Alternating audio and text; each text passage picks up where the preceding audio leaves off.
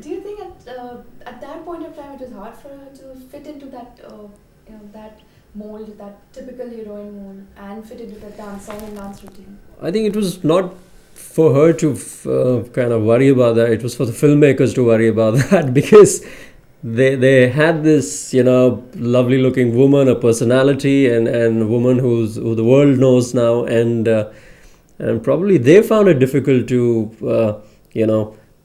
they suddenly had to think that, wow, there's this woman who's gorgeous and also sexy, and who's willing to push the envelope. And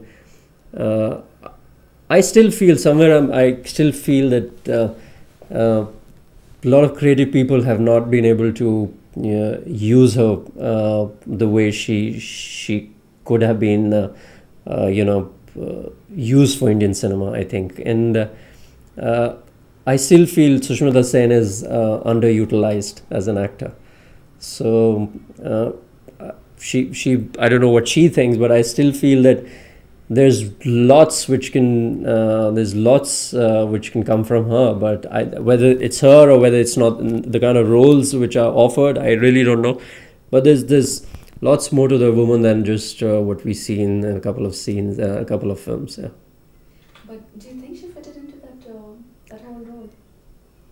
Again, I say she's not the kind of person who needs to fit into this, because she's walking alone, and on that path she's making the path. So people need to kind of fit into her mold rather than she needed. She doesn't need to fit into any mold.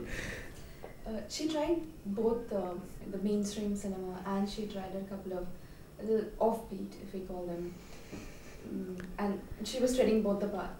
So you think she, according to you, which way did you like her?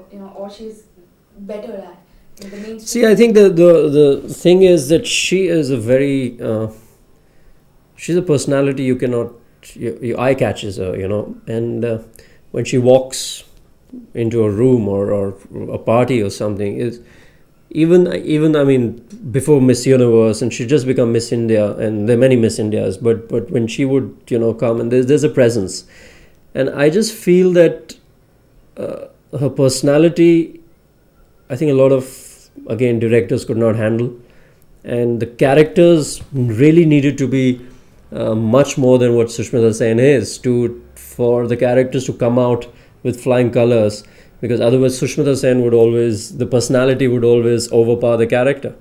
So like in Filhal, Sia, I thought, was kind of a bit like her, and so it came across very well in a couple of other films, but still underutilized, because that's my thinking. Because when I go and see a Sushmita Sen film, and there's a bare minimum I'm expecting from her, but okay, what has the director and the writer done to change her character, or they're so kind of enamored, or kind of, I mean, whatever they write is still less than what she's capable of. So I think there's more to come from her. So you're saying at times that her personality does overshadow her performance?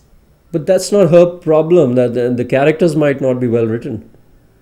I'm not saying she overpowers her characters. I think the characters are not well written, and I think you need sometimes a character to rise above your personality. So, I mean, if you are an Arnold Schwarzenegger who looks like that, then you need to do something with him to take him away from what he looks like. So it's what Sushmita Sen comes with a kind of personality.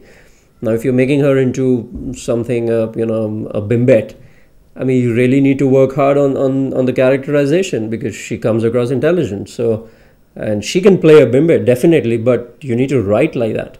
So, I think it's a lack of good writing which probably has let her down.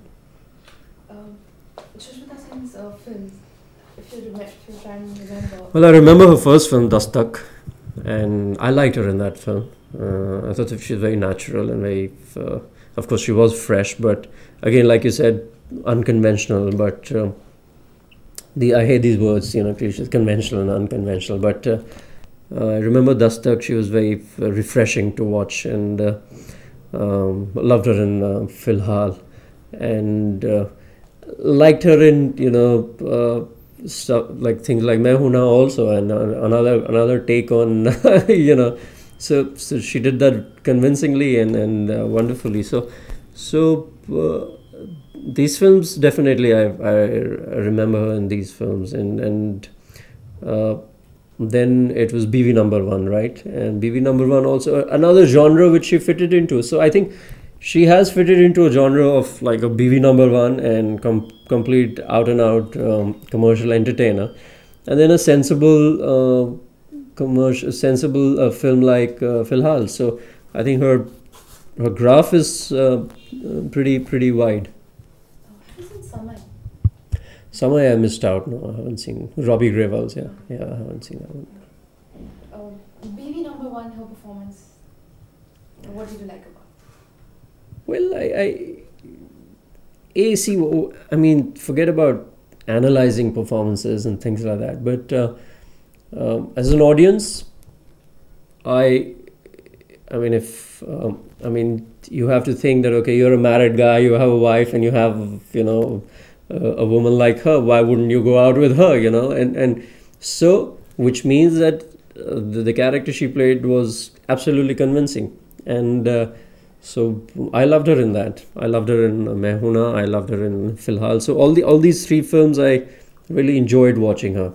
I saw her in Bewafa also, but of course, was it Bewafa? Dharmesh Darshan's, yeah. Oh, yeah. Yeah, so that was a smaller part, but you cannot not notice Sushmita Sen. Main Hoon Na again. She was doing the typical song and dance routine. But I think, see, I think it was very clever on part of the writer director to visualize a school teacher like that. All of us have had crushes on our teachers, at least boys. You grow up and you're having a crush on a teacher, and I mean, Raj Kapoor made a film based on that. So, and of course, this was more contemporary, a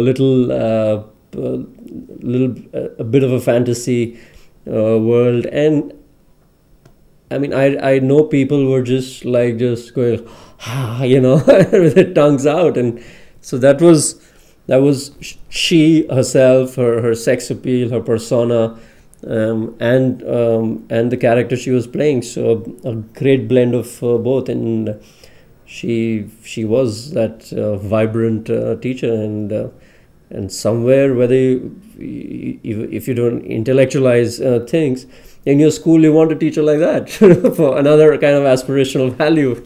Is she an enigma like Rekha was in her times? I think today she's also now.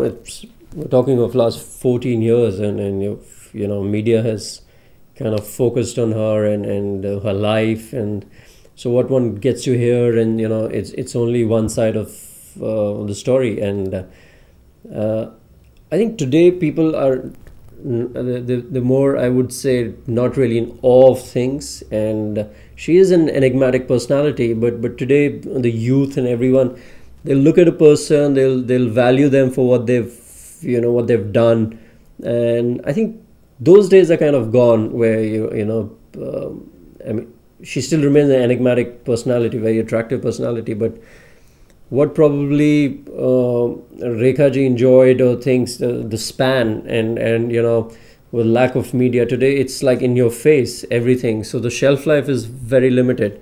I just feel that today's youth is